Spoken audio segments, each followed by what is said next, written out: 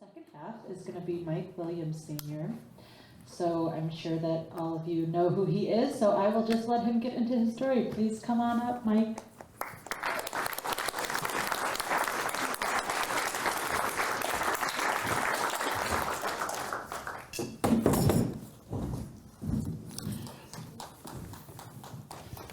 Good evening.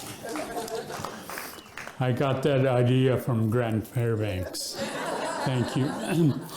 Yeah, my name is Mike Williams. I'm from Upriver in Akiak, and I'm just going to tell you a little story of my life in 7 minutes.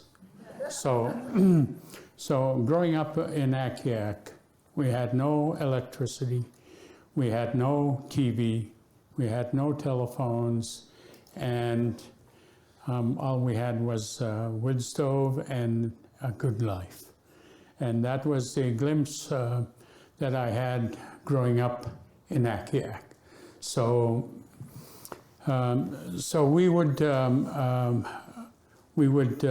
up in the morning and we would light up the stove and we would have pancakes, sourdough pancakes, and it was wonderful. It was quiet, and there was just a real healthy time. We took care of each other, and I'm sure that Tim Andrew's story about spring camp is part of the story. And we lived with the land, and moving from the spring camp out above Akiak, and we had muskrats, and we had migratory birds, and we just lived with the land, and it was so beautiful. It was pristine. My grandmother was there, my father, my mother, and my brothers and sisters.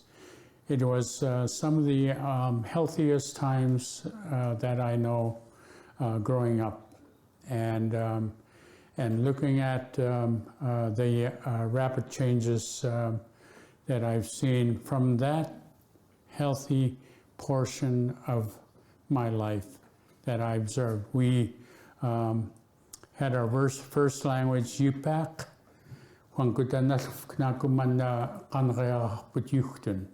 Yuchten kwani kan harlo, yuchten umyocht harlo, yuchten kwani kalaro chugungamchi, makuni kwani kaisen anglis kahuinga kalaro tikliku. And that is the first language that I learned, and it was our first language, and we did not speak any English at all.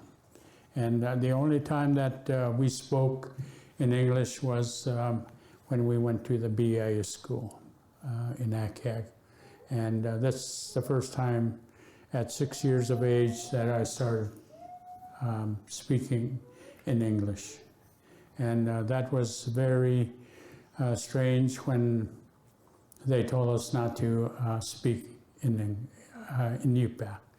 And it was, and we would go through a little punishment for speaking our language in the school.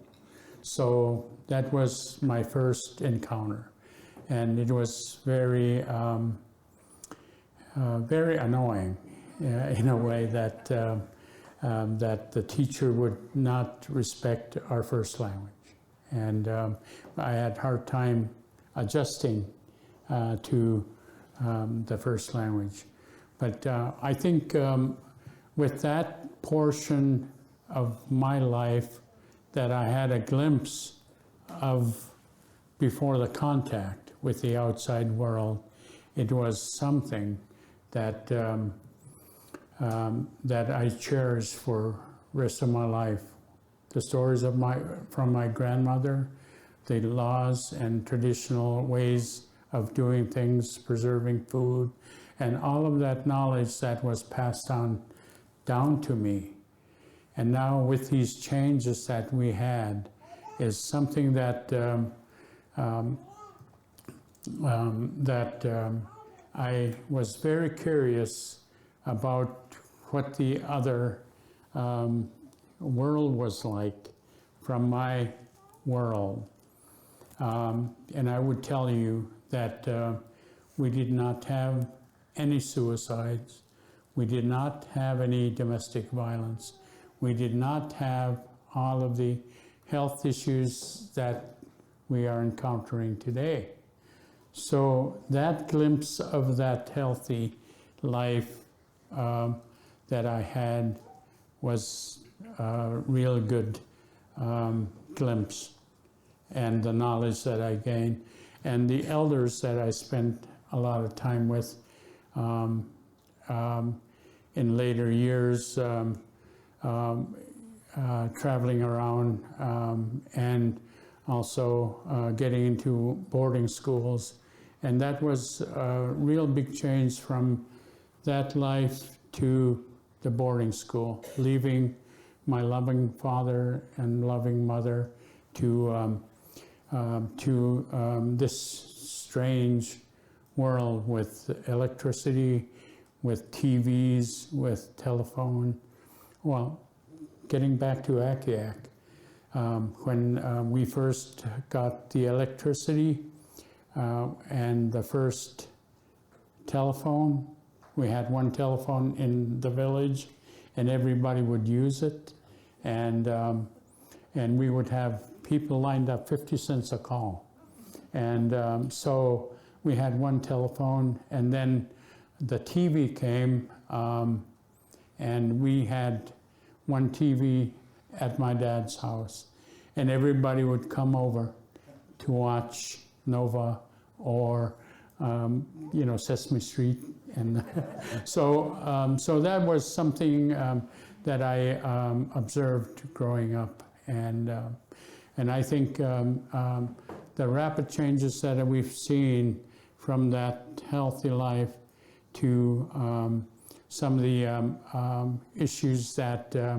we started seeing with alcohol and with the first contact with the outside world, and I think those are some of the things that in my little book, Racing Towards Recovery, that I wanted to share my life to the world of how the rapid changes affected my life as a Yup'ik person.